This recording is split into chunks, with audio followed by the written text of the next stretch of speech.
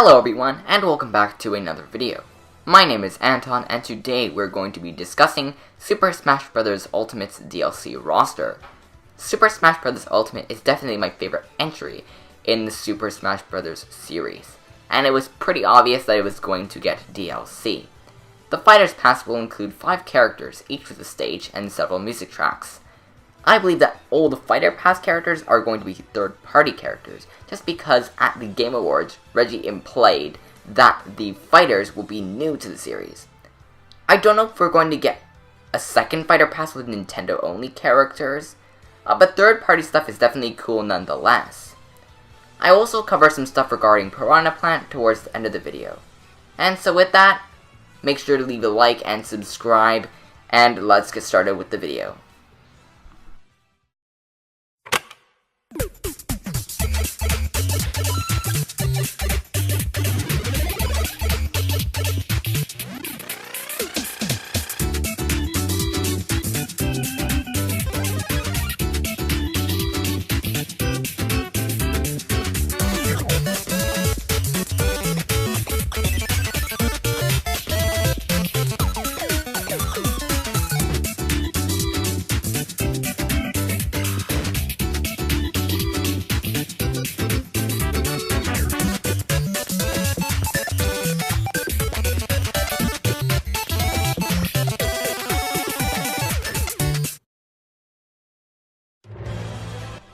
So, I should have done a video like this months ago. Because I didn't know that we were going to get a Smash reveal at the Game Awards, it kind of ruined it, honestly. I was going to predict all the characters, and then they announced Joker, and pretty much, yeah, I was kind of upset. But I was really happy that Joker from Persona 5 is coming. I've never played Persona 5, and I don't know anything about the Persona series in general. I've never played a game in the series, but he does look pretty cool. During the Game Awards, Reggie also implied that the rest of the characters would be wacky choices as well, and will be completely new to the series, which is why we're probably not going to get a lot of Nintendo characters, and if we do, they're going to be new franchises. Persona 5 is probably heading to the Switch soon, which is why they probably did this partnership as well. So yeah, Joker definitely looks like a cool character, and I can't wait to actually play him in Super Smash Bros. Ultimate, and I think he'll probably come out around April. So that's what I'm thinking. He's probably not in a playable state to be shown off now. So yeah, he'd definitely be cool, and I can't wait to see him.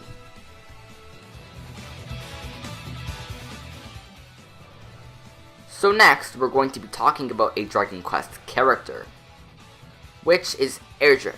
So, I never really played a Dragon Quest game, and it's not as popular in the West as it is in Japan. But Dragon Warrior was on the NES, and I have that game. It's pretty fun.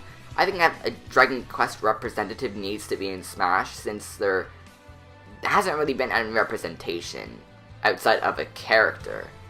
Dragon Quest Builders is pretty popular, so with that, I think that ERDRICK or a Dragon Quest representative would be really cool. They can even do alternate costumes of ERDRICK, since he does look a lot like other characters. So just having those alternate colors that maybe represent other characters in the franchise would be really cool.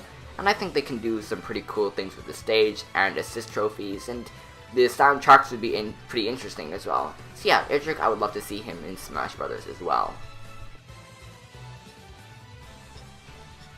Since there are a lot of partnerships with a bunch of characters, I think that Activision is going to also put out Crash, and they're probably going to do something with Crash Team Racing, and also that the Crash Insane Trilogy came out. I think that's really likely that Crash will get into Smash Brothers, since he's not a Sony character, and he would have an interesting moveset with his spin. I think that can be something that's really interesting, and yeah, that could be really interesting soundtracks. They could do something with the stage, and maybe it be from one of the original levels from the original Crash Bandicoot. So I would love to see what they do with this series, and Crash would probably not have the same look as the Insane Trilogy. Maybe he'd have something a little bit different that's more around the Smash Brothers characters, because the art style that Smash uses is kind of not realistic. So we'll see. But yeah, I'd like to see Crash as well. I know that a lot of people want a Microsoft rep, but I think that we're going to get Steve from Minecraft. Not specifically Steve, I think it will be like the Villager or Inkling, and I think we're gonna get Minecrafter. So what Minecrafter is gonna do is gonna have a bunch of skins like Alex, Steve, other characters from Minecraft like Beth the Bandit, stuff like that, because I think Steve is not necessarily the character, it's more like the different skins and the moveset. And I think with the stage it could be the overworld. I think with the moveset they could do with the sword, the bow, that kind of stuff, he would be really interesting. Maybe he could build blocks. There's just so much that I can think of Steve as a character, and since Minecraft is such a popular franchise, why not it be included in Smash Brothers in some way? Well, since Activision is including Crash, might as well they bring Spyro to the table, and I think he's on the way, because they haven't shown off the Reignited trilogy for the Nintendo Switch, and I think that's why they're going to show Crash first, and then Spyro, and then they're going to show off the partnership and stuff like that. But I think that's what's going to happen. Spyro is such an interesting character, you could have an interesting stage, interesting music, and his art style fits perfectly among the other characters. And even with the stage, I've not really played Spyro games. I played a little bit of the first Spyro, but other than that, I think he's a cool character, and if you're going to have Crash Bandicoot with the other characters, you're also going to have Spyro. But I think Crash is 100% going to be there before Spyro. Next up, we have is Sora from Kingdom Hearts. I've never played a Kingdom Hearts game, so I'm not really too keen on him. I mean, I like him, I think he's an interesting character, but the fact that he has Disney incorporated with his franchise doesn't really seem like a Smash cooperative thing. I don't think that Disney should be part of him, personally, in Smash Brothers, but that's pretty much one of the things that makes his series iconic, so that's why I don't think Sora is getting in, personally. He'd be an interesting character, sure. I personally am not thinking he's gonna get in, I doubt it. But if he is in there, I would like to see what they do and how they change him to be not infiltrated with Disney. So yeah, I think he's pretty interesting. He has a Keyblade. So, yeah, why not?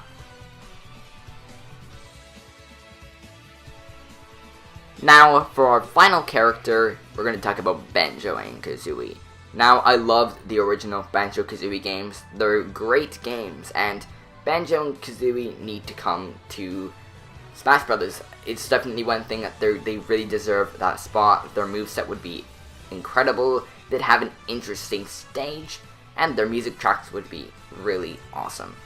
But there's a problem, which I think Steve, if there's going to be a Microsoft rep in the game, is going to be a part of it. Just because Minecraft is really popular, and it would make more sense than a series that hasn't had a game in a while.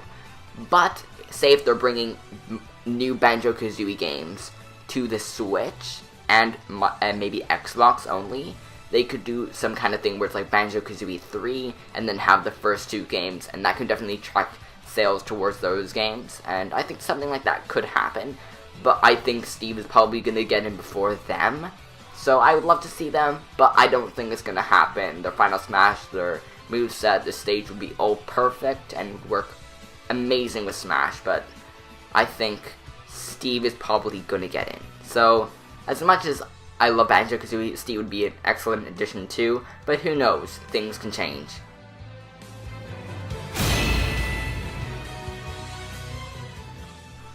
Pirhanna Plant came out of nowhere when he was announced to be the first DLC fighter for Super Smash Bros. Ultimate. And he's, of course, a pre-order bonus that you get if you get the game by January 31st and register him by that date. He's definitely one of those left field characters that we never saw coming, and you'll get him free if you get the game. So, if you don't get him by January 31st, you'll have to buy him, which is kind of annoying, but I would recommend getting the game very soon. So to get him, you will need to have a My Nintendo account, so it's pretty easy to create. Just go to Nintendo's website. I will leave a couple links in the description as well, so you can check those out. But then what you're going to do is go to your Super Smash Bros. Icon, make sure the game card is in there, and claim your points. You'll get the points, and it will be the game card attached to your account, so now they know that they're going to send you it. If you're online and you got it digitally, you don't have to worry about any of this. They will send you an email, and you just redeem the code on the Nintendo eShop. The code will expire in June, so I would recommend doing it soon, and make sure you pick up the game and claim it by January 31st. Anyway guys, thank you for watching this video. I don't love to do videos like this every so often because it doesn't represent my channel as a whole, but I hope you guys did enjoy it either way, and leave a like, make sure to subscribe, and I will see you guys next time. Goodbye.